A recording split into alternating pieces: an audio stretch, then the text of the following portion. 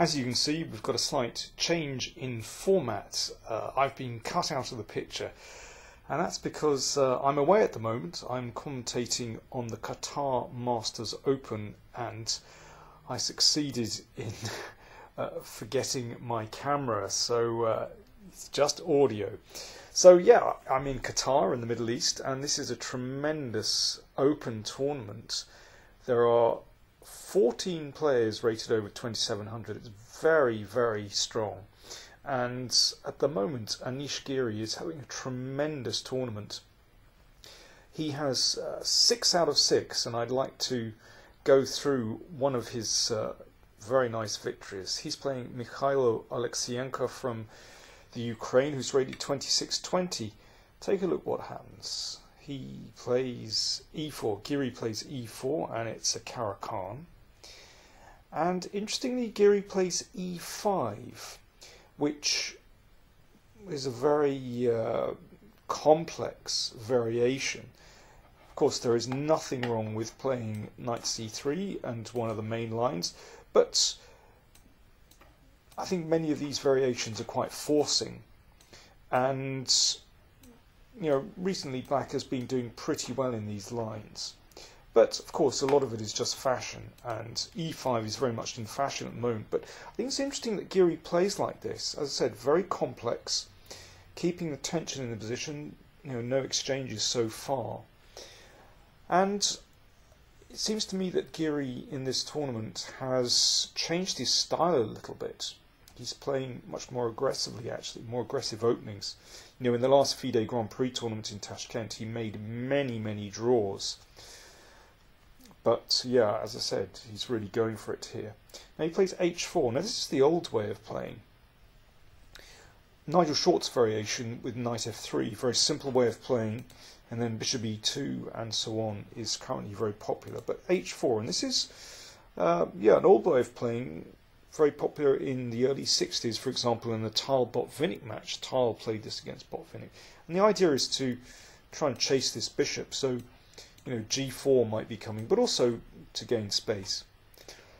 And yeah, here, for example, h5 is a common move, or h6. But Oleksienko hits out with c5, and now it just gets very sharp.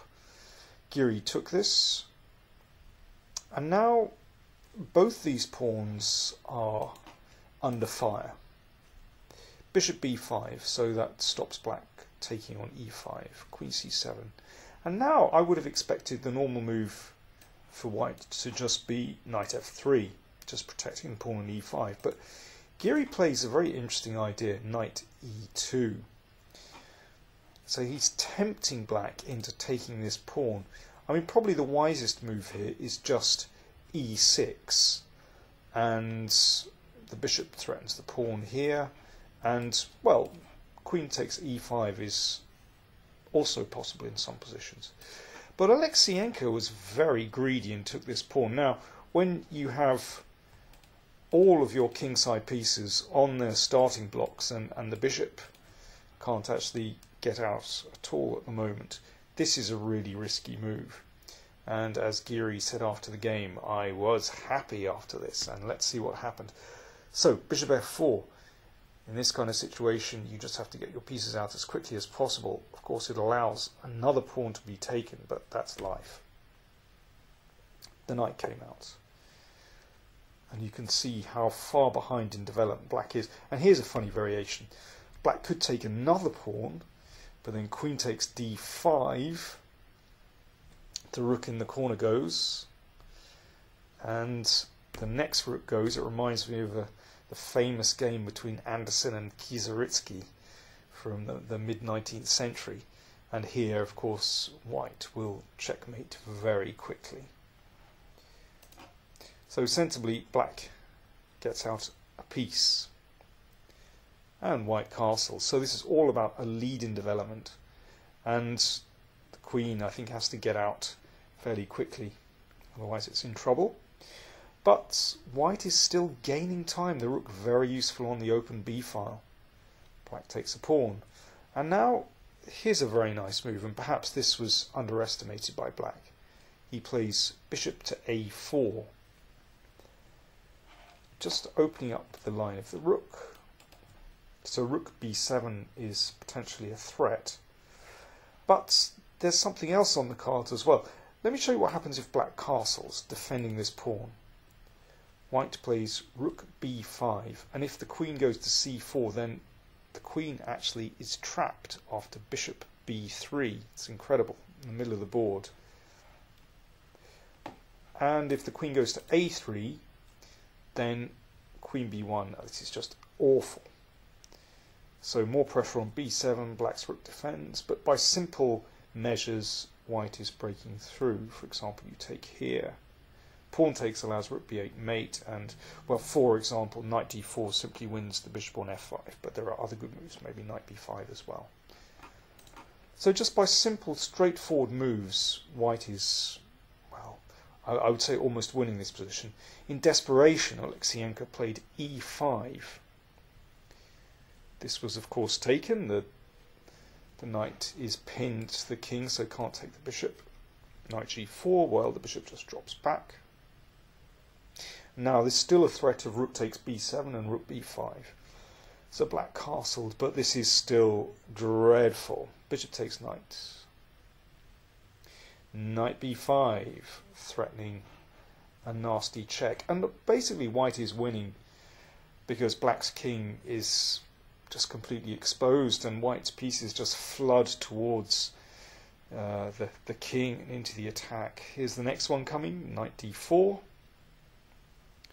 Attacking the queen moves to the side, and now after queen f3, and after just 18 moves, black resigned. Incredible. Oleksienko is rated 2620, and it just shows that even very strong grandmasters can have very bad days. Queen f3, let's see why black resigned. Well, first of all, you can see that this bishop is attacked. Let's suppose black defends with g6, and then, well, there are several good moves here. Queen f4 is a very simple idea, threatening a checkmate here, and I don't think black can really resist the attack. Or you could play knight a7 and queen c3 and chase the king across. White has won a pawn, but more importantly, the king is still in a terrible mess, and don't think black will survive there. Or after queen f3, if the bishop drops back to d7, well, here's the nicest variation. Giri was wanting to play this on the board. Queen c3, pinning the bishop and attacking it, of course. And if b6, then queen takes bishop check, and knight takes a7 mate. The king is just cut. Shot from all sides. Yeah, dreadful position. So Giri in tremendous form in this tournament. As I said, so far after 6 rounds he has 100%, but today he faces the big test. He is playing against Vladimir Kramnik, his big rival in this tournament. So I'll report back on that game a little later. Thanks for watching.